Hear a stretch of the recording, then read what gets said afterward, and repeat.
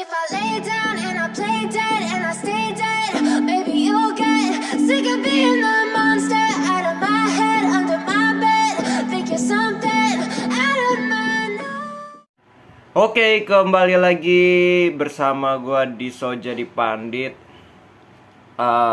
Dan kali ini gua akan review beberapa pertandingan ya, mungkin dua aja dari Premier League dan juga dari La Liga. Ya mungkin nanti sedikit soal PSG ya, gue mau bahas, cukup menarik soalnya kemarin.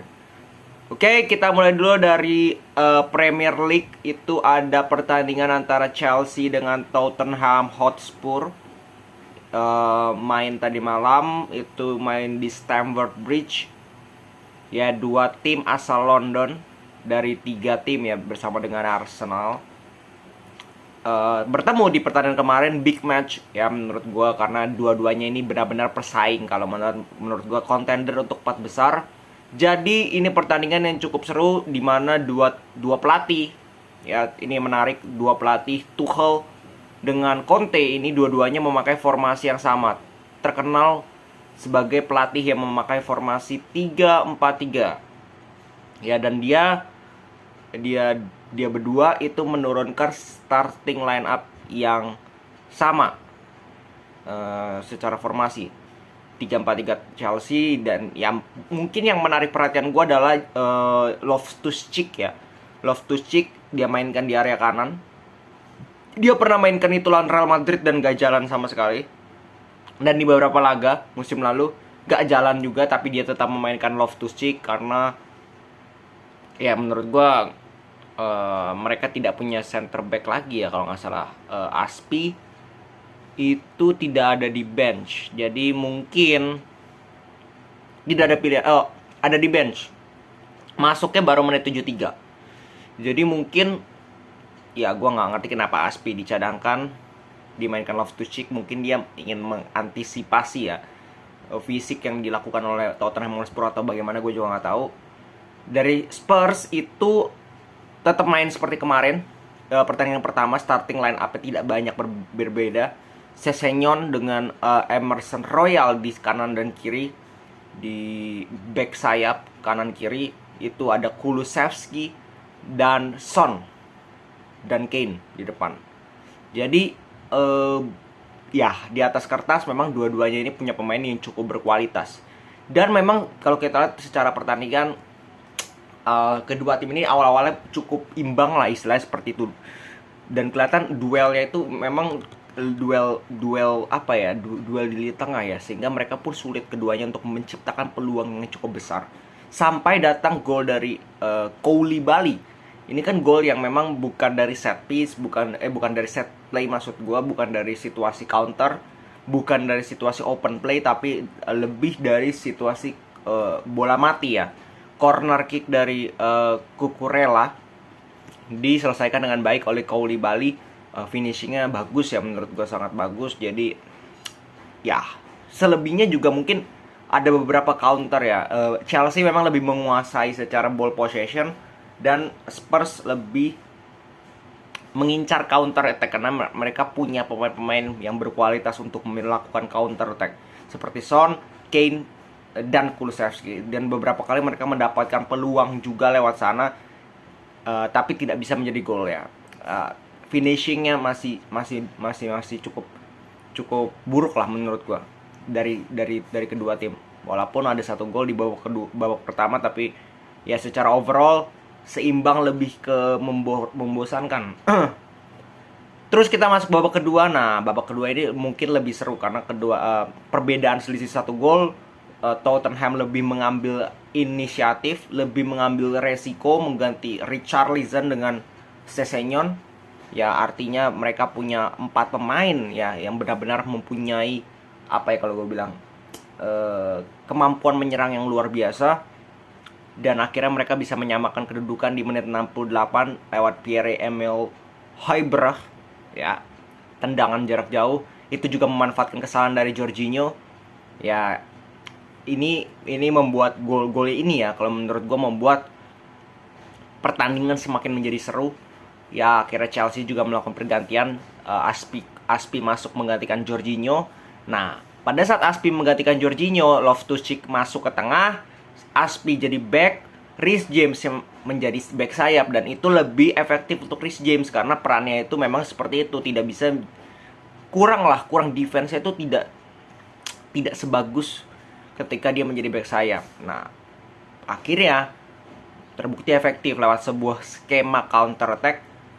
Reece James mampu mencetak gol lewat passing dari Sterling.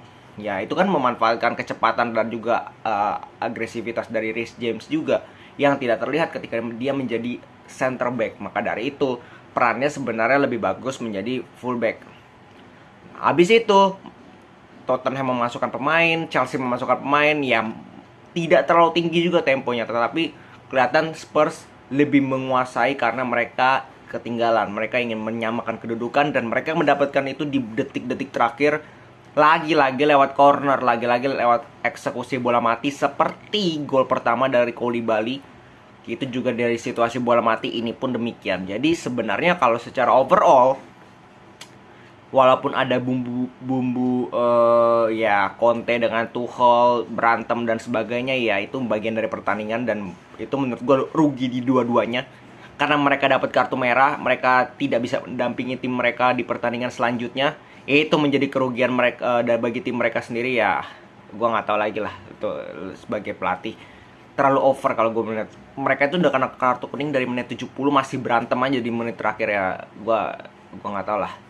Tapi kembali lagi menegaskan bahwa pertandingan ini adalah pertandingan yang sebenarnya seimbang ya dari kedua tim. Ya mereka bermain cukup seimbang. Walaupun secara ball possession peluang lebih banyak Chelsea, tapi Spurs pun beberapa kali bisa mengancam lah lewat counter attack. Beda gaya bermain aja gitu. Cuman secara performa kedua tim ini menunjukkan performa yang cukup seru, pertandingan yang cukup seru dan seimbang. Itu yang penting. Nah,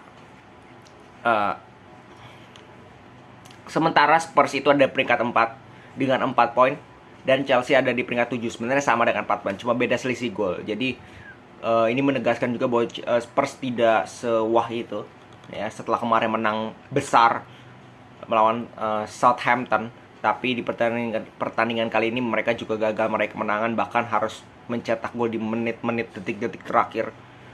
Ya itu yang harus diperhatikan oleh Tuchel ya. Bukan Tuchel, Conte. Terus kita ke Spanyol, ada Real Madrid berhadapan dengan Almeria. Ya Almeria ini klub promosi, main di kandang Almeria. Dan dari starting line up kita bisa lihat bahwa Real Madrid menurunkan si Ancelotti menurunkan beberapa pemain pelapis, tengahnya pelapis lah kalau kita bisa bilang. Ada Nacho, ada Vasquez, karena Carvajal juga tidak dibawa karena cedera dengan Rodrigo. Di tengah Camavinga main, Tchouaméni main, ya sisanya di depan Valverde, Benzema dengan Vinicius. Dan kita lihat memang dari menit awal Real Madrid mencoba mengambil inisiatif. Mereka mengurung pertahanan dari Almeria, tetapi memang sulit untuk mencetak gol. Itu yang kalau gue bilang itu yang menjadi masalah dari Real Madrid. Sampai mereka kecolongan terlebih dahulu justru di menit ke-5 kalau nggak salah. Menit ke-5 ya, menit ke-6 baru mereka kebobolan lewat counter attack. Satu peluang aja dari Almeria sebenarnya di babak pertama. Satu peluang besar, satu gol. Langsung dilesakan oleh Almeria.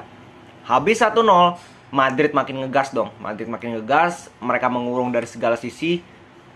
Ya, mungkin kalau gue bilang kenapa skornya itu 1-2, tidak telak atau bagaimana, itu pun harus susah payah. Karena menurut gue 2 faktor ya. Yang pertama itu adalah finishing yang buruk kalau menurut gue dari pemain-pemain Real Madrid, terutama dari Benzema. Pertandingan kali ini dia tidak perform sama sekali. Vinicius juga mendapatkan beberapa kali peluang, tapi tidak bisa dikonversi menjadi gol. Dan kiper mereka, faktor kedua itu sangat bagus ya. Kiper dari Almeria, Fernando Martinez, luar biasa. Dia melakukan kalau nggak salah 12 atau 13 save di pertandingan kali ini. Dan ya itu luar biasa lah, penampilan yang luar biasa dari kiper dari Almeria ini ya, membuat Real Madrid sulit sekali untuk mencetak gol sampai mereka akhirnya bisa menyamakan itu di babak kedua. Nah, di babak kedua itu kan Madrid melakukan penggantian cepat. Modric menggantikan Camavinga karena kembali lagi Camavinga ketika menjadi starter itu seringkali emosinya itu suka apa ya, kadang-kadang sudah tidak terkontrol lah, tidak seperti Modric yang sudah matang secara mental, secara emosional. Nah, sedangkan Kamavinga dan Tchouaméni ini kelihatan masih kasar lah istilahnya. Tekniknya bagus, tapi secara bagaimana non teknisnya itu yang menjadi permasalahan. Maka itu diganti dua-duanya. Modric di menit 46 masuk dan Eden Hazard 58. Nah, Eden Hazard ini lebih dimasukkan menjadi soal teknis ya, soal perkara bahwa Real Madrid masih belum bisa mencetak gol, maka dimasukkan seorang striker atau seorang second striker menggantikan gelandang bertahan dari Real Madrid. 3 menit langsung kelihatan. Menit 61 langsung mencetak gol Lucas Vazquez. Pergerakan 1-2 dengan Vinicius dengan Hazard membuahkan hasil. Benzema kontrolnya lepas, tapi ada Lucas Vazquez di situ, satu sama. Nah, setelah itu Real Madrid jauh lebih pede. Mereka dengan lebih kelihatan bahwa mereka bisa nih. Mereka bisa ternyata menembus lini pertahanan dari Almeria. Sampai di menit 74 dapat free kick. Alaba masuk pas banget. Tampaknya ini memang sudah dipersiapkan. Alaba masuk untuk mengeksekusi tendangan bebas dan bam, shot on target pertama dari Alaba, touch pertama dari Alaba, dan dia bisa mencetak gol free kick yang luar biasa keren ya. Ya, luar biasa keren. Ya, luar biasa memang pemain yang luar biasa. Alaba terbukti di musim lalu, terbukti di Bayern Munchen. Dia menjadi eksekutor free kick juga, dan dia bisa main di kiri kanan, kiri back tengah, bisa main di gelandang juga. Jadi pemain yang cukup multi talenta. Nah, setelah itu tempo Real Madrid agak sedikit diturunkan, walaupun dapat beberapa peluang. Almeria yang mendapatkan beberapa peluang juga untuk mengurung lini pertahanan Real Madrid, karena Real Madrid menurut gue sudah sangat luar biasa main cepat ya. Temponya dari menit awal sampai menit 75 setelah gol kedua itu ya, mereka staminanya agak kendor lah, sehingga tempo diturunkan, sehingga Almeria lebih mendapatkan banyak peluang untuk bisa mencetak gol. But that's a good result untuk Real Madrid. Startnya bagus, walaupun menang tipis 1-2 nggak ada masalah, mereka dapat 3 poin. Itu yang terpenting untuk memulai liga ini, karena tidak mudah sekali lagi untuk memenangkan laga pertama, karena laga pertama itu sulit, selalu sulit dalam sisi kebugaran, mental dan sebagainya. Pressure pun demikian. Nah, terus terakhir ini di luar pertandingan, kemarin itu PSG kan menang 5-2 ya kalau nggak salah Montpellier. Nah, 5-2 melawan Montpellier itu ada drama lah istilahnya, itu yaitu Kylian Mbappe. Ya, Kylian Mbappe ada beberapa video bahwa dia ada situasi counter attack, dia di sisi kiri. Nah, temannya ini tidak passing ke dia, malah passing ke kanan. Dia di situ kelihatan marah dan jalan kaki dan berhenti setelah stop, ya cuman ngeliatin doang. Nah, itu kan gesture yang benar-benar menunjukkan bahwa ya lu pemain muda tapi belaga lu udah kayak pemain top dunia 5 kali 7 kali aja kayak Ronaldo, Messi gitu. Cuman terus di kasus kedua, penalti pertama sudah diambil oleh Mbappe, gagal. Penalti kedua Neymar yang udah mau ambil, Mbappe tiba-tiba nyerodok dan minta penalti itu, dan mau nggak mau dikasih. Nah, ini yang menurut gue kembali lagi membuktikan bahwa ternyata memang kalau kita lihat semakin kesini itu memang tampaknya ada sesuatu privilege yang diberikan kepada Kylian Mbappe.